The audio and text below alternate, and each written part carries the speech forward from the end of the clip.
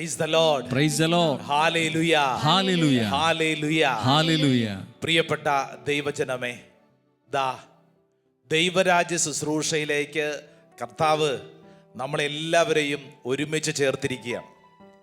ലോകത്തിൻ്റെ പല ഭാഗങ്ങളിലായിരുന്നു കൊണ്ടാണ് നമ്മൾ ഈ ശുശ്രൂഷയിൽ പങ്കുചേരുന്നത്. ഇത് കർത്താവ് നമ്മളെ തെരഞ്ഞെടുത്ത് ഈ ശുശ്രൂഷയിലേക്ക് ചേർത്തിരിക്കുകയാണ്. Praise the Lord. Praise the Lord. Hallelujah. Hallelujah. Hallelujah. Hallelujah. പലവിധ തിരക്കുകളും അസ്വസ്ഥതകളുടെ നടുവിലായിരിക്കും ഒരുപക്ഷെ ഈ വചന ശുശ്രൂഷയിൽ പങ്കുചേരുന്നത്.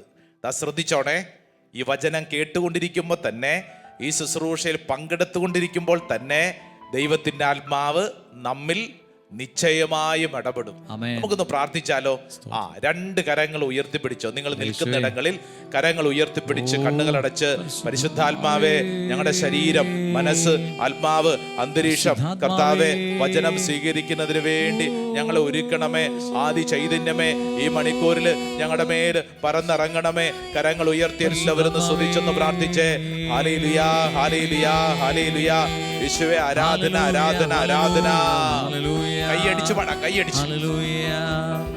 ആദിചൈതന്യമേ, ആത്മചൈതന്യമേ, ആത്മചൈതന്യമേ, പരിശുദ്ധാത്മാവേ, പരിശുദ്ധാത്മാവേ, പറന്നിറങ്ങണമേ, പറന്നിറങ്ങണമേ. ചേർന്ന് പാടാം എല്ലാവരും, ഒച്ചത്തിൽ പാടിക്കേ.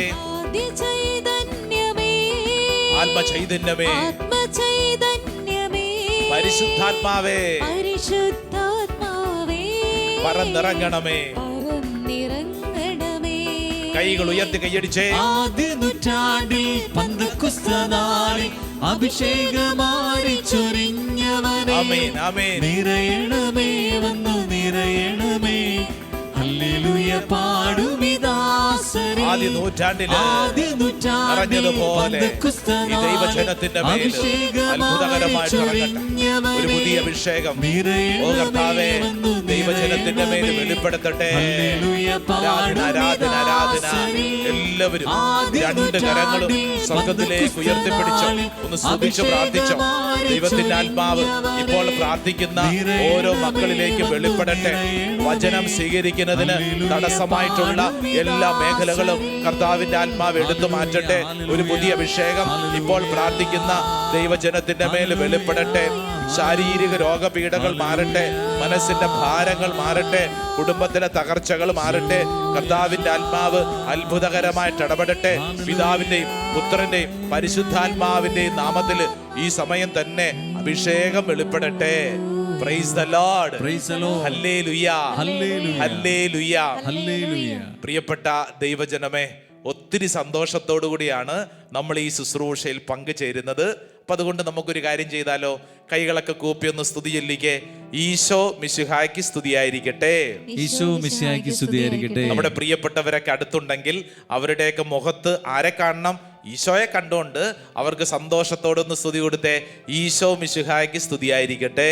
ഈശോ മിശിഹായ്ക്ക് സ്തുതിയായിരിക്കട്ടെ. Praise the Lord. Praise the Lord. Hallelujah. Hallelujah. പ്രിയപ്പെട്ടവർ, ഇന്ന് ദൈവത്തിൻ്റെ ആത്മാവ് അനുഗ്രഹദായകമായ ചില കാര്യങ്ങൾ നമ്മളെ ഒന്ന് ഓർമ്മപ്പെടുത്താൻ പോവുക. അപ്പം അതുകൊണ്ട് സ്വസ്ഥമായിട്ടിരുന്ന് നോട്ട് ബുക്കൊക്കെ എടുത്ത് വചനം നമ്മൾ എഴുതി പഠിക്കാൻ പോവാം.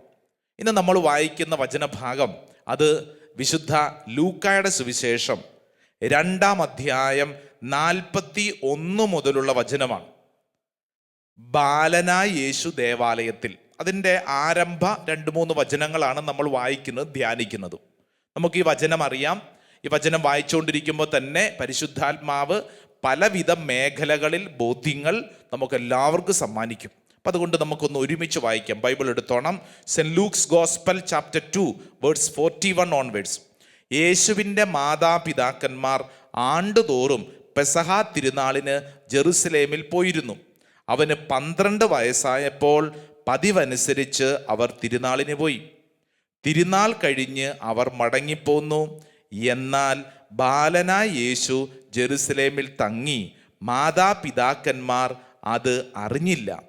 അവൻ യാത്രാസംഘത്തിൻ്റെ കൂടെ കാണും എന്ന് വിചാരിച്ച് അവർ ഒരു ദിവസത്തെ വഴി പിന്നിട്ടു.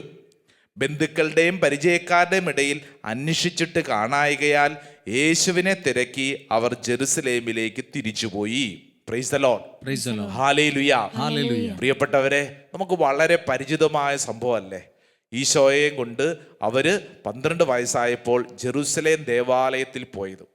പതിവനുസരിച്ച് പോയെന്നാണ് വചനം. എന്ന് പറഞ്ഞാൽ ആ കുടുംബത്തിന് ഒരു പതിവുണ്ടായിരുന്നു. എന്തു പതിവ്? പള്ളിയിൽ പോകുന്ന പതിവ്, പ്രാർത്ഥിക്കുന്ന പതിവ്, തിരുനാളിന് പോകുന്ന ഒരു പതിവ് അവർക്കുണ്ടായിരുന്നു. നമ്മൾ ഇന്ന് ദൈവത്തിൻ്റെ ആത്മാവ് നമ്മളെ ഓർമ്മപ്പെടുത്തുന്ന അതിലൊരു പ്രധാനപ്പെട്ട കാര്യം, അതായത് ഈ ഔസേപ്പിതാവും മാതാവും, നമ്മുടെ ഈശോയുടെ മാതാപിതാക്കൾ, അവരറിഞ്ഞില്ല. അതായത് ഈശോ അവരുടെ കയ്യിൽ നിന്നും വഴുതി മാറി അവരത് അറിഞ്ഞില്ല. മറ്റൊരു വാക്കിങ്ങനെയാണ്, അവർ വിചാരിച്ചു ഈശോ ഇത് ബന്ധുക്കളുടെ കൂടെ ഉണ്ടാകുമെന്ന് വിചാരിച്ചു. ഈ 2 വാക്കുകൾ നമ്മളൊന്ന് ശ്രദ്ധിക്കണം. അവരതറിഞ്ഞില്ല. പലപ്പോഴും നമ്മളുടെ ആത്മീയ ജീവിതത്തിൽ സംഭവിക്കുന്ന ഒരു വലിയ പ്രധാനപ്പെട്ട കാര്യമാണിത്. പലപ്പോഴും നമുക്ക് നമ്മുടെ ആത്മീയ ജീവിതത്തിൽ ദൈവ സാന്നിധ്യം നഷ്ടപ്പെടുന്നത് നമ്മൾ പലപ്പോഴും അറിയാറില്ല. മറ്റുള്ളവരറിയും, അല്ലേ?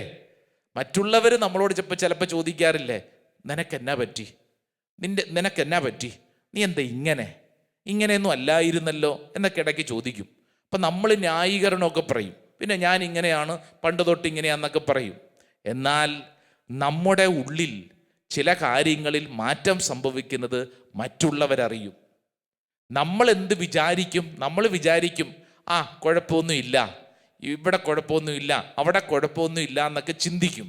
എൻ്റെ പ്രിയപ്പെട്ടവരെ, ഈ ശുശ്രൂഷ സമയം നമ്മുടെ ജീവിതത്തിലെ ആവശ്യം, അത്യാവശ്യം, അനാവശ്യം എന്ന് പറഞ്ഞാൽ ജീവിതത്തിൻ്റെ കാര്യങ്ങളെ നമ്മളൊന്ന് പ്രയോറിറ്റൈസ് ചെയ്യണം.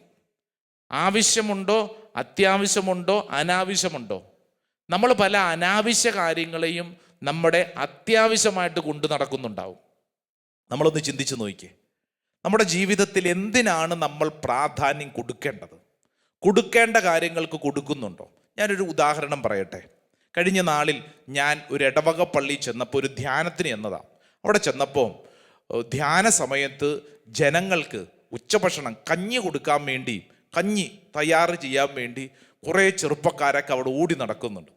അപ്പം ഞാൻ ശുശ്രൂഷ കഴിഞ്ഞപ്പോൾ ആ ശുശ്രൂഷകർക്ക് വേണ്ടി, അതായത് ഈ കഞ്ഞി ദൈവജനത്തിന് തയ്യാറാക്കുന്ന ആ ഗ്രൂപ്പിന് വേണ്ടി പ്രാർത്ഥിക്കുകയാണ്.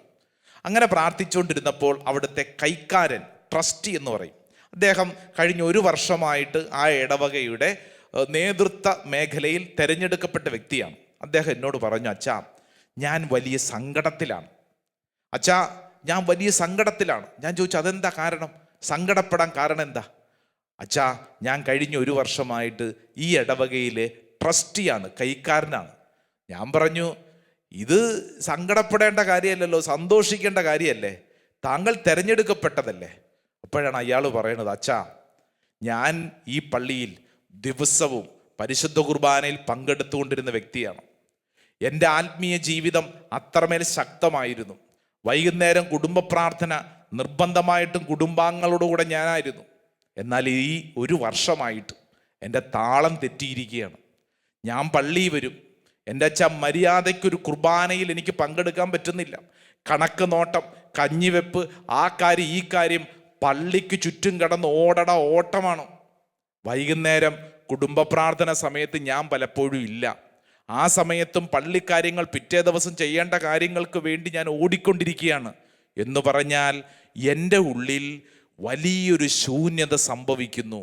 വലിയൊരു വരൾച്ച എൻ്റെ ഉള്ളിൽ സംഭവിക്കുന്നു. എൻ്റെ പ്രിയപ്പെട്ടവരെ, നമ്മൾ വളരെ ശ്രദ്ധിക്കണം. ഔസേപ്പിതാവിനും മാതാവിനും സംഭവിച്ചതുപോലെയാണ് നമ്മുടെ പല കാര്യങ്ങളും. കൂടെ കാണും എന്ന് വിചാരിച്ച്, അല്ലേ, കൂടെ ഉണ്ടായിരുന്നവൻ നഷ്ടപ്പെട്ടത് അവർ അറിഞ്ഞില്ലെന്ന്. നമ്മുടെയൊക്കെ പല പ്രവർത്തികളിലും ഇങ്ങനെ സംഭവിക്കുന്നുണ്ടോ? അതായത് ദൈവകാര്യങ്ങൾക്ക് വേണ്ടി വലിയ ആഗ്രഹത്തിൽ ഇറങ്ങിത്തിരിഞ്ഞിട്ട് നമ്മുടെ ജീവിതത്തിൽ അത്യാവശ്യം വേണ്ട ദൈവ സാന്നിധ്യം നഷ്ടപ്പെട്ടു പോകുന്നുണ്ടോ? ഉണ്ടെങ്കിൽ തിരിച്ചു പിടിക്കാനുള്ള വലിയൊരു ശുശ്രൂഷയാണ് കർത്താവ് നമുക്ക് വേണ്ടി ഒരുക്കിയിരിക്കുന്നത്. തിരിച്ചു പിടിക്കണം. നഷ്ടപ്പെട്ടു പോയ ദൈവാനുഭവം തിരിച്ചു പിടിക്കണം. എൻ്റെ വീടിനടുത്തുള്ള ഒരു കുടുംബം, അവരുടെ ആ അമ്മ എന്നോട് എപ്പോഴും പറയും, അച്ഛാ എൻ്റെ മകനും ഭാര്യയും അവർക്ക് കുഞ്ഞില്ല, അച്ഛൻ പ്രാർത്ഥിക്കണം. ഞങ്ങളൊക്കെ പ്രാർത്ഥിക്കുമായിരുന്നു. പ്രിയപ്പെട്ടവരെ, പല ധ്യാന കേന്ദ്രങ്ങളിലൊക്കെ പോയി ഉടമ്പടി പ്രാർത്ഥനയും അതും ഇതൊക്കെ ചെയ്ത് അവർക്കൊരു കുഞ്ഞുണ്ടായി. വലിയ സന്തോഷം. ഈ അമ്മയുടെ കണ്ണുനീര് നിറഞ്ഞ പ്രാർത്ഥന എല്ലാ ദിവസവും ഈ അമ്മ വന്നിരുന്നുകൊണ്ട് മകനും മകൻ്റെ ഭാര്യയ്ക്കും വേണ്ടി പ്രാർത്ഥിക്കും. ഞാൻ ഇങ്ങനെ തിരിച്ചറിയുന്നു, ഈ അമ്മയുടെ പ്രാർത്ഥനയാണ്. എന്നാൽ കഴിഞ്ഞ നാളിൽ നാട്ടിൽ ചെന്നപ്പോൾ ഞാൻ കണ്ടൊരു സങ്കടകരമായ കാര്യം പറയട്ടെ. അതായത് ഇത്രമേൽ ദിവസവും പള്ളിയിൽ പരിശുദ്ധ കുർബാനയ്ക്ക് പങ്കെടുത്തുകൊണ്ടിരുന്ന ഈ അമ്മ ഇപ്പോൾ കുറേ നാളായിട്ട് പള്ളി വരുന്നില്ല.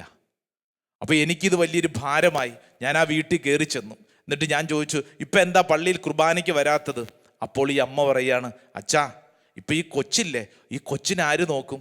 ഈ കുഞ്ഞിനെ നോക്കാൻ വേണ്ടി ഞാനിവിടെ ഇരിപ്പാണ്, ഈ കൊച്ചിനെയും കൊണ്ട് ഇരിപ്പാണ്. ഞാൻ പറഞ്ഞു, കുഞ്ഞിനെയും കൊണ്ട് പള്ളി വന്നുകൂടെ? അല്ലച്ചാ, കൊച്ചു കരഞ്ഞാലോ? കൊച്ചു 24 മണിക്കൂർ ഇപ്പോൾ കുഞ്ഞിലേക്ക് ശ്രദ്ധ മാറി. പ്രിയപ്പെട്ടവരെ, കുഞ്ഞുങ്ങളെ നോക്കണ്ടെന്നല്ല, കുഞ്ഞുങ്ങളെ നോക്കുന്നതിന് വേണ്ടിയിട്ട് പള്ളി വരവും പ്രാർത്ഥനയും വിശുദ്ധ കുർബാനയൊക്കെ നഷ്ടപ്പെട്ടു പോയെന്ന്. ആവശ്യം, അത്യാവശ്യം, അനാവശ്യം ശ്രദ്ധിക്കണം. നിന്റെ ജീവിതത്തിലും ഇതുപോലെ എന്തിനാണ് പ്രാധാന്യം? എനിക്ക് പരിചയമുള്ള ഒരു റെവറൻഡ് സിസ്റ്റർ, കന്യാശ്രീ, നല്ല പ്രാർത്ഥന തീഷ്ണതയുള്ള സിസ്റ്ററാണ്. ഈ സിസ്റ്റർ BEd ഒക്കെ പഠിച്ചു കഴിഞ്ഞിട്ട് പിന്നീട് അവരുടെ ഒരു സ്കൂളിൽ പഠിപ്പിക്കാൻ ചെന്നു. പ്രിയപ്പെട്ടവരെ, അവിടുത്തെ ചില ഭാരിച്ച ഉത്തരവാദിത്തങ്ങൾ ഏൽപ്പിച്ചു. ഇപ്പോഴത്തെ ഈ സിസ്റ്ററിൻ്റെ അവസ്ഥ എന്താണെന്നറിയാവോ? ഒയ്യോ, രാത്രി വൈകി വന്നിട്ട് ഭയങ്കര ടയേർഡാന്ന് പറഞ്ഞ് കഴിഞ്ഞ നാൾ കണ്ടപ്പോൾ എന്നോട് പറഞ്ഞു, അച്ഛാ, എൻ്റെ ആത്മീയ ജീവിതം മൊത്തം തകരാറിലായിരിക്കുകയാണ്. കാരണം രാവിലെ മുതൽ സ്കൂളിൻ്റെ കാര്യങ്ങൾക്ക് വേണ്ടി ഓടി നടക്കുവാണ്. എൻ്റെ അച്ഛാ, വ്യക്തിപരമായി ഞാൻ ചൊല്ലിക്കൊണ്ടിരുന്ന കൊന്ത നിന്നുപോയി. എനിക്ക് സമയമില്ല, ഞാൻ ഓടിക്കൊണ്ടിരിക്കുക. സ്കൂളിലെ പല കാര്യങ്ങൾ അതും ഇതും എല്ലാം ചെയ്യണം. എൻ്റെ പ്രിയപ്പെട്ടവരെ, ഇതൊക്കെ ചെയ്യണം. പക്ഷേ നമ്മൾ ശ്രദ്ധിക്കേണ്ട ഒരു കാര്യം, എന്താണ് നമ്മുടെ അത്യാവശ്യം? എന്താണ് നമ്മുടെ അത്യാവശ്യം? നമ്മുടെ ജീവിതത്തിൽ പലപ്പോഴും ആവശ്യമുള്ളത് നമ്മൾ മറന്നുപോകും, അല്ലേ? എന്നിട്ട് നമ്മൾ അനാവശ്യ കാര്യങ്ങൾക്ക് വേണ്ടി സമയം ചെലവഴിക്കും. എന്താണ് നമ്മുടെ അനാവശ്യമായ കാര്യങ്ങൾ? സമയം നമ്മൾ ക്രമീകരിക്കണം.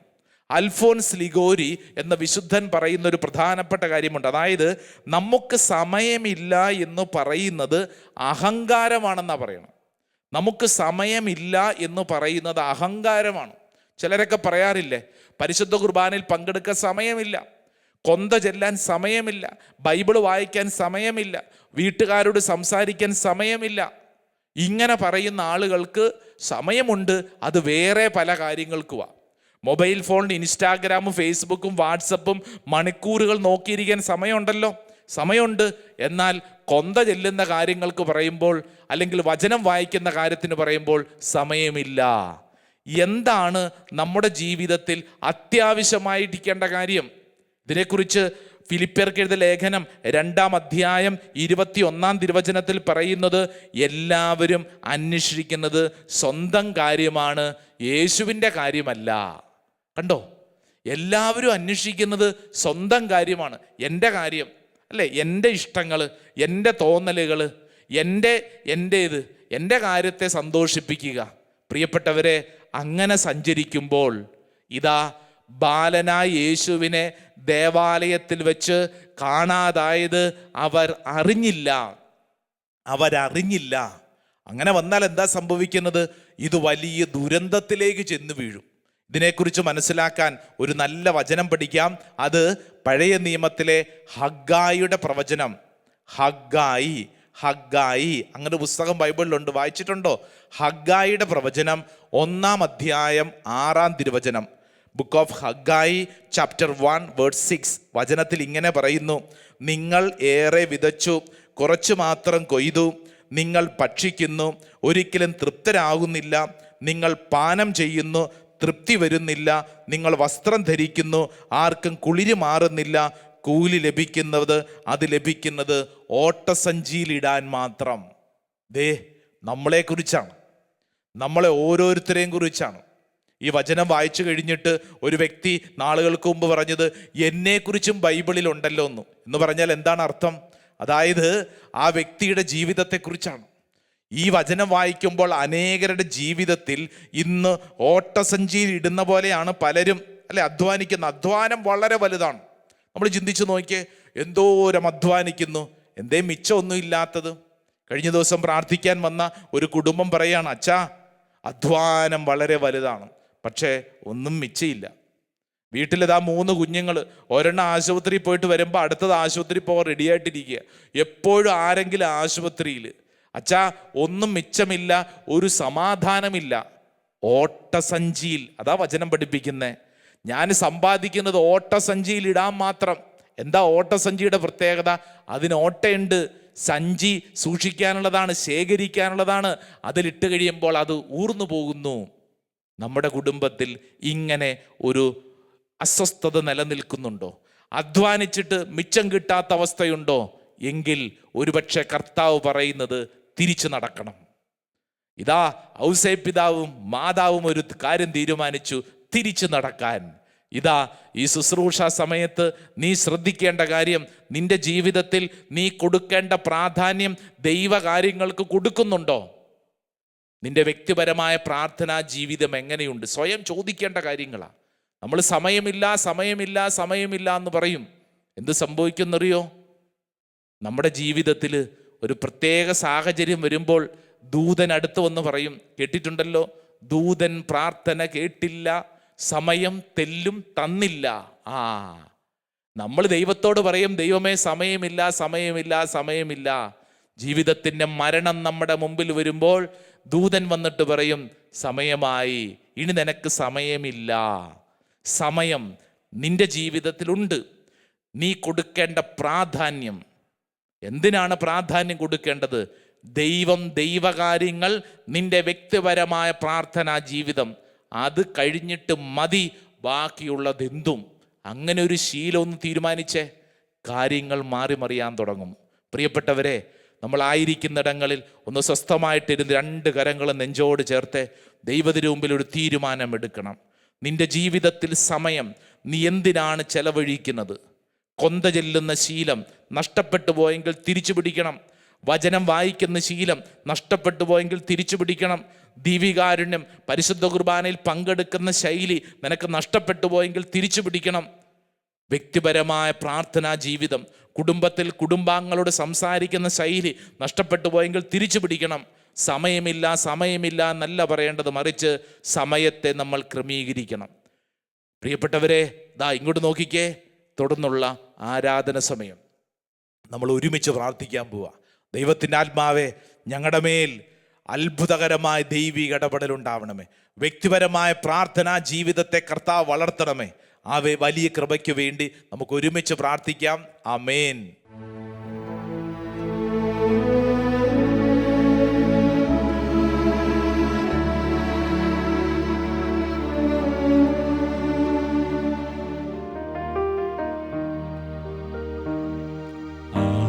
ആരാധിച്ചിടാം, കുമ്പിട്ടാരാധിച്ചിടാം, ആരാധിക്കുമ്പോൾ അപദാനം പാടിടാം.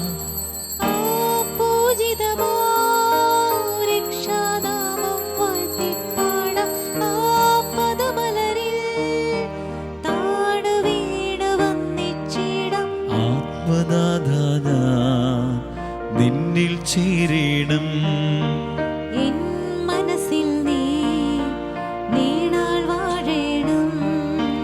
ആരാധിച്ചിടാം, കുമ്പിട്ടാരാധിച്ചിടാം, ആരാധിക്കുമ്പോൾ അപദാനം പാടിടാം.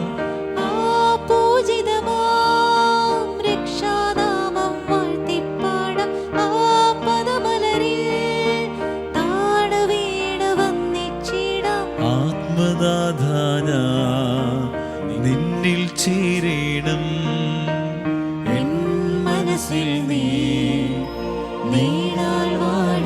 രണ്ട് കരങ്ങൾ സ്വർഗത്തിലേക്ക് ഉയർത്തുന്ന സ്തുതിച്ചു പ്രാർത്ഥിക്കാം. Hallelujah, hallelujah, hallelujah. യേശുവേ, ആരാധന, ആരാധന, ആരാധന, ആരാധന, ആരാധന. സ്തുതിക്കുന്ന കർത്താവേ, മഹത്വം കർത്താവേ, നിങ്ങളുടെ അത്ഭുതകരമായ ശക്തി എൻ്റെ മേലും എൻ്റെ കുടുംബത്തിൻ്റെ മേലും എൻ്റെ ജീവിത വഴികളുടെ മേലും വെളിപ്പെടട്ടെ. Hallelujah, hallelujah, hallelujah. യേശുവേ, ആരാധന, ആരാധന, ആരാധന. Hallelujah, hallelujah. യേശുവേ, ആരാധന. പ്രിയപ്പെട്ട ദൈവജനമേ, പരിശുദ്ധ അൾത്താരയുടെ മുമ്പിൽ നിൽക്കുമ്പോൾ ഈശോ നിന്നോടൊരു ചോദ്യം ചോദിക്കുകയാണ്. നിന്റെ ഈ ജീവിതത്തിൽ ഏറ്റവും പ്രധാനപ്പെട്ടത് എന്താണ്? ഏറ്റവും പ്രധാനപ്പെട്ടത് യേശുവാണ്. നിന്റെ ജീവിതത്തിൽ യേശുവിനെ ഒഴിവാക്കിക്കൊണ്ടുള്ള എല്ലാ പ്രവൃത്തികളും ഫലം ചൂടില്ല, എല്ലാ മേഖലകളിലും ഭാരപ്പെടും. ഇതാ ഈശോ നിന്നോട് പറയുന്ന ഏറ്റവും പ്രധാനപ്പെട്ട കാര്യം. നിന്റെ സമയങ്ങൾ, നിന്റെ ജീവിതങ്ങൾ, നിന്റെ ചെയ്തികളൊക്കെ നീ ശ്രദ്ധിക്കണം. അനാവശ്യമായ കാര്യങ്ങൾക്ക് വേണ്ടി സമയം കളഞ്ഞ് നിന്റെ ജീവിതത്തിൽ അഭിഷേകം കളയരുത്. എൻ്റെ പ്രിയപ്പെട്ടവരെ, ഇതാ നിന്നോട് ഈ പരിശുദ്ധ അൾത്താര പറയുകയാണ്, കുഞ്ഞേ, നിന്റെ ജീവിതം നീ ശ്രദ്ധിക്കണം. ദൈവത്തെ മറന്ന് നീ ജീവിക്കല്ലേ. കരങ്ങൾ കൂപ്പി ഈശോയുടെ നേരെ നോക്കിക്കൊണ്ട് നമുക്ക് പ്രാർത്ഥിക്കാം. കർത്താവ് നിന്നോട് സംസാരിക്കുകയാണ്. ദൈവത്തെ മറന്നു കുഞ്ഞേ ജീവിക്കരുതേ. ദൈവമല്ലേ ജീവിതത്തിൽ നിന്റെ സർവ്വവും. ഇതാ യേശു നിന്റെ ജീവിതത്തിൽ ഇടപെടുന്നു. നിന്റെ ജീവിതത്തിൻ്റെ ഓരോ വഴികളിലും ഒന്നാം സ്ഥാനം ദൈവത്തിനും ദൈവകാര്യങ്ങൾക്കും കൊടുക്കണം. ഈ ശുശ്രൂഷ സമയത്ത് ചിന്തിച്ചു നോക്കുക.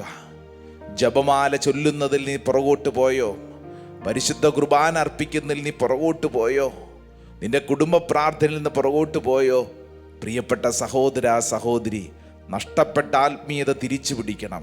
ഇതാ ഈശോ നിന്നോട് പറയുന്നു, ദൈവത്തെ മറന്നു കുഞ്ഞേ നീ ജീവിക്കരുതേ. ദൈവത്തെ മറന്നു കുഞ്ഞേ ജീവിക്കരുതേ. ദൈവമല്ലേ ജീവിതത്തിൽ നിന്റെ സർവ്വവും. രണ്ട് കരങ്ങൾ സ്വർഗത്തിലേക്ക് ഉയർത്തിപ്പിടിച്ച് നിന്റെ ജീവിതത്തിൽ ആത്മീയ മേഖലയിൽ നിന്നെ ഭാരപ്പെടുത്ത ചില വിഷയങ്ങളുണ്ടാവും, ചില വ്യക്തിബന്ധങ്ങളുണ്ടാവും. ഈ നിമിഷം നീ ചിന്തിച്ചു നോക്കുക. ആ മേഖലകളെല്ലാം അൾത്താരയിൽ സമർപ്പിച്ച് പ്രാർത്ഥിക്കുക. ആത്മീയ മേഖലയിൽ വളരുന്നതിന് തടസ്സമായിട്ടുള്ള ബന്ധങ്ങളെയും മേഖലകളെയും ഈ പരിശുദ്ധ അൾത്താരയിൽ സമർപ്പിച്ച്, കർത്താവേ, നിന്റെ തിരുരക്തത്തിന്റെ ശക്തിയാൽ, യേശുവേ നിന്റെ നാമത്തിന്റെ ശക്തിയാൽ, യേശുവേ വിശുദ്ധ കുരിശിന്റെ ശക്തിയാൽ എന്നെ ബന്ധിക്കണമേ. എൻ്റെ ജീവിതത്തിലെ പൈശാചിക പീഡകളെ ബന്ധിക്കണമേ. എൻ്റെ മേൽ വലിയൊരു അഭിഷേകം വെളിപ്പെടട്ടെ എന്ന് ദൈവജനമേ, ഈ സമയം രണ്ട് കരങ്ങളും ഉയർത്തിപ്പിടിച്ചൊന്ന് സ്തുതിച്ചൊന്ന് പ്രാർത്ഥിച്ചേ. നാവ് തുറന്ന് ഹൃദയം തുറന്ന് പ്രാർത്ഥിച്ചേ. നിന്റെ മേൽ വലിയൊരു അഭിഷേകം ഈ സമയത്ത് വെളിപ്പെടട്ടെ. എല്ലാ തടസ്സങ്ങളും കർത്താവ് എടുത്ത് മാറ്റട്ടെ. ഇതാ യേശു നിന്നിൽ ഇടപെടുകയാണ്. യേശു നിന്നിൽ ഇടപെടുകയാണ്. അത്ഭുതകരമായ ദൈവിക ശക്തി നിന്റെ മേൽ വെളിപ്പെടുകയാണ്. ഈ സമയം വിശ്വസിച്ച് പ്രാർത്ഥിക്കട്ടെ, വിശ്വസിച്ച് പ്രാർത്ഥിക്കട്ടെ. എൻ്റെ ജീവിതത്തിൽ ഒന്നാം സ്ഥാനം എൻ്റെ യേശുവിനുള്ളതാണ്. ഒന്നാം സ്ഥാനം യേശുവിനുള്ളതാണ്. മറ്റൊരു വ്യക്തിക്കോ ഒരു പ്രസ്ഥാനത്തിനോ സംഭവങ്ങൾക്കോ ഞാൻ വിട്ടുകൊടുക്കില്ല. യേശുവാണ് ഒന്നാം സ്ഥാനത്ത് നിൽക്കുന്നത്. Hallelujah, hallelujah. യേശുവേ ആരാധന, ആരാധന, ആരാധന, ആരാധന. Hallelujah, hallelujah, hallelujah. യേശുവേ ആരാധന, ആരാധന, ആരാധന. Praise the Lord. Hallelujah, hallelujah, hallelujah. കരങ്ങൾ കൂപ്പി ഈശോയുടെ ആശീർവാദത്തിനൊക്കെ വേണ്ടി ഒരുങ്ങുമ്പോൾ നീ ഒന്ന് ചിന്തിച്ചു നോക്കിക്കേ. നിന്റെ വീട്ടിൽ ആരെങ്കിലും ദൈവകാര്യങ്ങളോട് വിഘടിച്ച് നിൽക്കുന്നുണ്ടോ?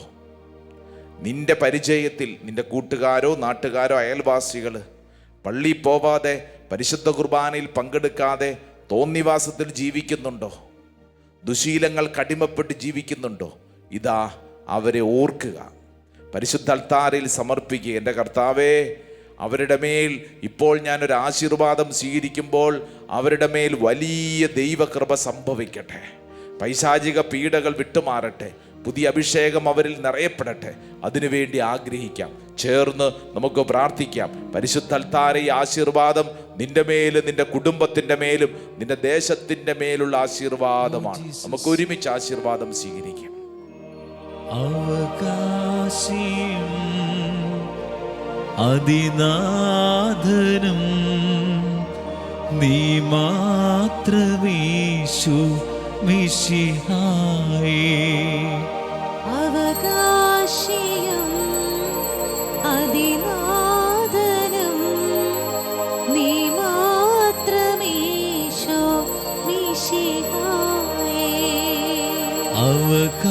അവകാശിയും അതിനാഥനും നീ മാത്രമേശു മിശിഹായേ.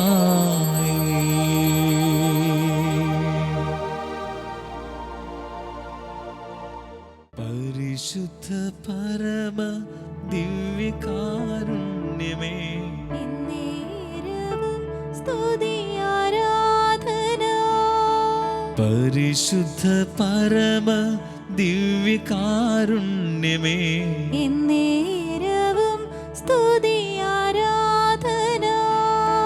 പരിശുദ്ധ പരമ ദിവ്യകാരുണ്യമേ, എന്നേരവും